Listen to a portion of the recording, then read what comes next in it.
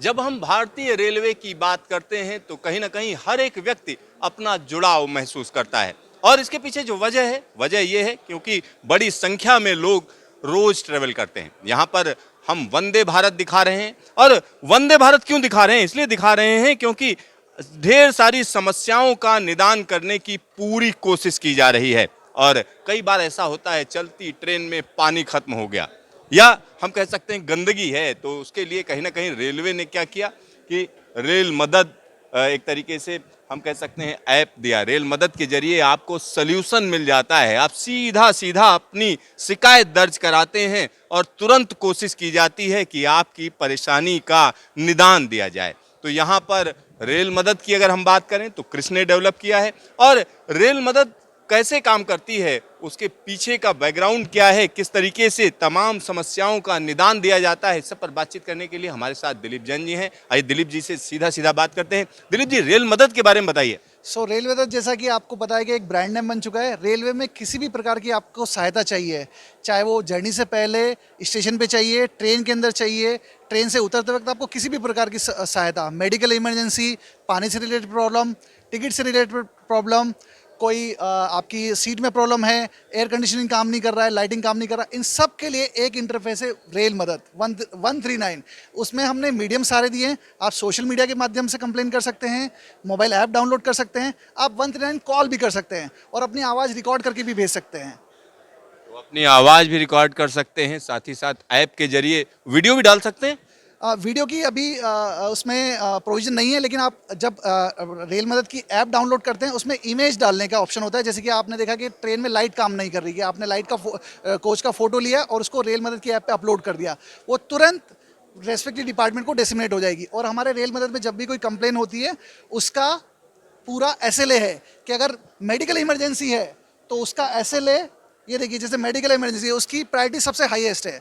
अगर सपोज कीजिए कोई गर्भवती महिला है, ट्रेन में ट्रैवल कर रही है, उसको किसी प्रकार की हेल्प चाहिए, तुरंत उस पर रिएक्शन होता है, तुरंत उसको मदद पहुंचाई जाती है। अगला जो भी अपकमिंग स्टेशन होगा, अगर वहाँ पर कोई डॉक्टर अवेलेबल है, कोई मेडिसिन की जरूरत है, तुरंत अवेलेबल किया जाता है। सिक्योरिटी का कोई थ्रेट है तो? सिक्योरिटी का थ्रेट है हमारी RPF, railway protection force. Even मैंने खुद बेबी ट्रेन में ट्रैवल करता हूँ, मैंने देखा है कि अगर सिक्योरिटी से रिलेटेड कंप्लेन की तो 7 या 8 मिनट के अंदर 2-3 रेलवे पर्सन मेरे पास खड़े होते हैं कि सर आपको क्या प्रॉब्लम है, और उस प्रॉब्लम का निदान करने की कोशिश करते हैं।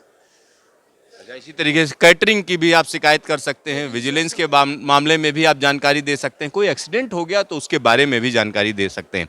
और इसके अलावा एक और कोई चीज़ आपने डेवलप की है, ये क्या चीज़ है? जी मैं बताना चाहूँगा, रेल मदद के इंटरफेस के माध्यम से हमें ये पता चलता है कि वाटरिंग को लेकर, खास करके लंबी दूरी की ट्रेन जिनकी की जर्नी टाइम 15 से 18 घंटे है, उसमें पानी को लेकर पैसेंजर्स की अक्सर कंप्लेन रहती है कि पानी खत्म हो गया, पानी नहीं है ट्रेन में। तो होता क्या है कि पैसेंजर रेल मदद पे कंप्लेन करते हैं कि पानी नहीं है, फिर वो कंप्लेन किसी सीएनडब्ल्यू स्टाफ के पास जाती है, वो अगले स्टेशन पे वाटरिंग करने की कोशिश की जाती है। तो क्यों ना ऐसा किया जाए कि पानी की कंप्लेन आने से पहले ही उसको रिजॉल्व कर दिया जाए, जिसे बोलते हैं प्रिवेंटिव मेंटेनेंस, कि हम पानी खत्म ही क्यों होने दें। इसके लिए हमने आईटी का इस्तेमाल किया है, स्मार्ट टेक्नोलॉजीज का इस्तेमाल किया है। ये हमारे आईओटी डिवाइसेस हैं। ये डिवाइस कोच के नीचे फिट किया जाएगा, इसको कोच के पानी के टैंक के साथ कनेक्ट किया जाएगा। ये यहाँ पर हम डेमो दिखा रहे हैं कि ये जैसे इमेजिन कीजिए पानी का टैंक है और ये हमारा वाटर लेवल इंडिकेटर है। ये पानी अगर एक लेवल से नीचे जाएगा तो ये सेंसर हर 15 मिनट के अंदर एक अलर्ट जनरेट करेगा कि अभी टैंक का वाटर लेवल क्या है। ये सेंसर से जो डेटा मिलेगा, ये डेटा सेंट्रल सर्वर में जाएगा और वहाँ पर एक अलर्ट जनरेट हो जाएगा कि ये पर्टिकुलर ट्रेन यहाँ पर ट्रेवल कर रही है और इसके इस कोच में पानी की समस्या है, पानी की फिलिंग की जाए। तो रेल में पानी खत्म होने से पहले ही उस स्टाफ को पता चल जाएगा, उनको मोबाइल के थ्रू एसएमएस आ जाता है कि ये गाड़ी अभी इस स्टेशन को पहुंचने वाली है, आप इसमें वाटरिंग की प्लानिंग करें। वो पहले ही प्लानिंग करके वाटरिंग करने की कोशिश करेंगे इसमें और पानी को भर देंगे, जिससे क्या होगा कि रेल में कंप्लेन ही आपको करने की जरूरत नहीं पड़ेगी। तो अभी लगभग हम लोग ने इसका ट्रायल चल रहा है। अभी मल्टीपल वेंडर्स के साथ हम इसका ट्रायल कर रहे हैं और ये डिवाइस बहुत जल्दी आरडीएसओ के थ्रू अप्रूव किया जाएगा और अभी लगभग 200 कोचेज में हमने इसको इंस्टॉल कर दिया है। और उसका रिजल्ट क्या रहा 200 कोच मेट्रो ट्रायल? कोचेस का रिजल्ट बड़े इंकरेजिंग है। उनमें हमने देखा है कि रेल मदद पे उन कोचेस के रेस्पेक्ट में पानी की कंप्लेन बहुत कम हो गई है, क्योंकि समय से पहले ही पानी को भर दिया जा रहा है, वाटर को कभी खाली होने ही नहीं दिया जा रहा है। तो हमारी उतनी कंप्लेंट्स जो है वो कम हो गई है। और इसके साथ सिद्धार्थ जी मैं आपको एक और इनोवेशन बताना चाहूँगा। जैसा कि हमारे प्राइम मिनिस्टर और हमारे रेल मिनिस्टर बात करते हैं ग्रीन प्लैनेट की तरफ, तो ग्रीन प्लैनेट कैसे होगा, हमें पेपर को सेव करना होगा, क्योंकि पेपर को बनाने के लिए पेड़ लगता है और उसके लिए पेड़ को काटना पड़ता है। क्यों ना आईटी का इस्तेमाल करते हुए पेड़ों की सेविंग की जाए, पेपर की सेविंग की जाए। तो जैसा आपने देखा होगा, मैं आपको दिखाना चाहूँगा ये टैबलेट। अब मेरे ख्याल से आप सभी लोग ट्रेन में देखते हैं, इसको हम बोलते हैं टैबलेट, जिसमें ऑनलाइन टीटी को चार्ट दिखता है।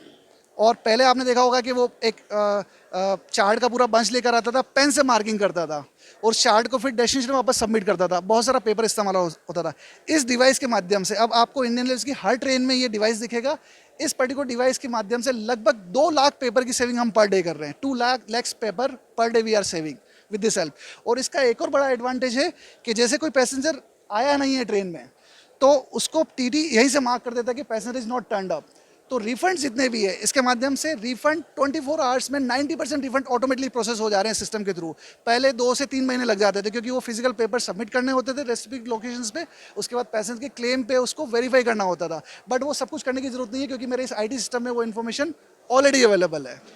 तो इससे पैसेंजर्स का जो एक एक्सपीरियंस है, एक पैसेंजर का जो फेथ है रेलवे की तरफ, वो काफ़ी बढ़ा है।